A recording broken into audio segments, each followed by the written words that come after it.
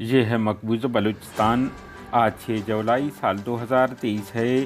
Balochistan today سے آج کے علاقائی خبروں کے ساتھ میں ہوں آپ کا میزبان الیاس بلوچ۔ کیج پاکستانی ہیلی کاپٹروں کی نیچی پرواز آپریشن کا خطرہ۔ پنجگور بم دھماکے میں ایک شخص زخمی۔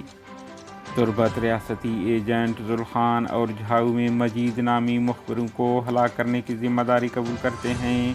BLF بلوچ جبری لاپتہ افراد کی بازیابی کے لیے لگائے گئے کیمپ کو 5095 دن مکمل۔ اظہار یکجہتی کرنے والوں میں بدھ کے روز BSO پجار کے جنرل سیکرٹری ابرار برکت بلوچ اپنے تنظیمی ساتھیوں کے ساتھ آ کر اظہار یکجہتی کی۔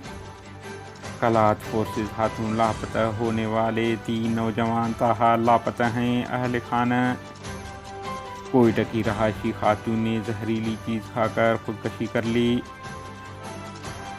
کیج کے مختلف علاقوں اور دیہاتوں میں قابض پاکستانی فوج کی جنگی ہیلی کاپٹروں کی نیچی پرواز جاری رہی۔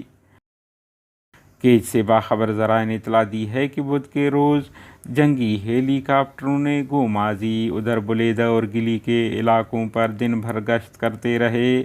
مقامی لوگوں کا کہنا ہے کہ جب بھی جنگی ہیلی کاپٹروں نے ان علاقوں پر گشت کی ہے، اس کے فوراً بعد قابض فوج زمینی اور فضائی آپریشن شروع کر کے آگ اور آہن برسا دیے ہیں۔ پنجگور کے علاقہ خدا بادان میں نشانہ بازی کا مقابلہ ختم ہونے کے بعد بم کا زوردار دھماکہ ہوا ہے، جس میں علی احمد ولد حفیظ نامی شخص زخمی ہوا ہے۔ بلوچستان لبریشن فرنٹ کے ترجمان میجر گوہرام بلوچ نے جاری بیان میں کہا ہے کہ سرمچاروں نے ضلع کیج کے مرکزی شہر تربت آبسر میں 4 جولائی کی رات قابض پاکستانی فوج کے قائم کردہ ڈیتھ اسکواڈ کے کارندہ ذوالخان ولد نور احمد ساکن شاپ کو فائرنگ کر کے ہلاک کر دیا اور اس کی کلاشنکوف ضبط کر لی۔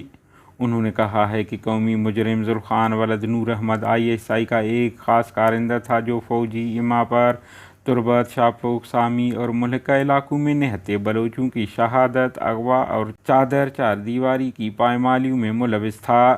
اس کے ساتھ ساتھ وہ دہشت گرد پاکستانی فوج کے ہمراہ بلوچ سرمچاروں کے خلاف کئی آپریشنوں میں شریک جرم تھا۔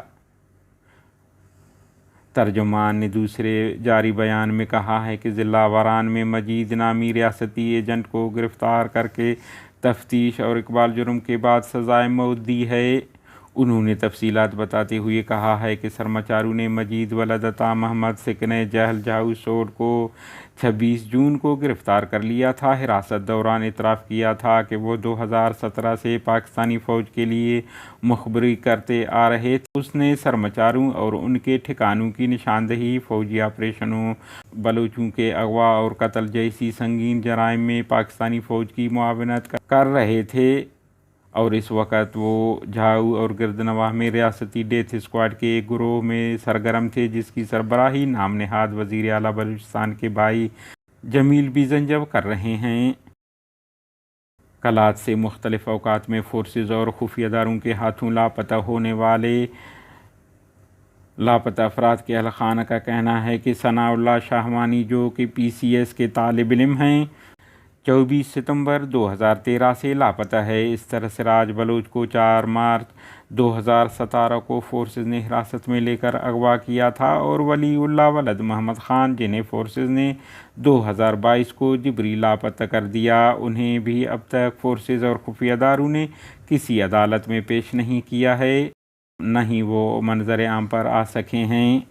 آپ کو بھی علم ہے مذکور افراد کے لواحقین مختلف اوقات میں احتجاج کرتے آ رہے ہیں، مگر ان کے پیاروں کے بارے میں انہیں اب تک کہیں سے بھی جھوٹی تسلی نہیں مل سکی ہے۔ کوئٹہ گزشتہ روز واجد احمد نامی شخص کی بیوی نے گھر میں زہریلی چیز کھا کر خودکشی کر لی، تاہم یہ معلوم نہیں ہو سکا ہے کہ انہوں نے ایسی خطرناک قدم اٹھانے پر کیوں مجبور ہو گئی۔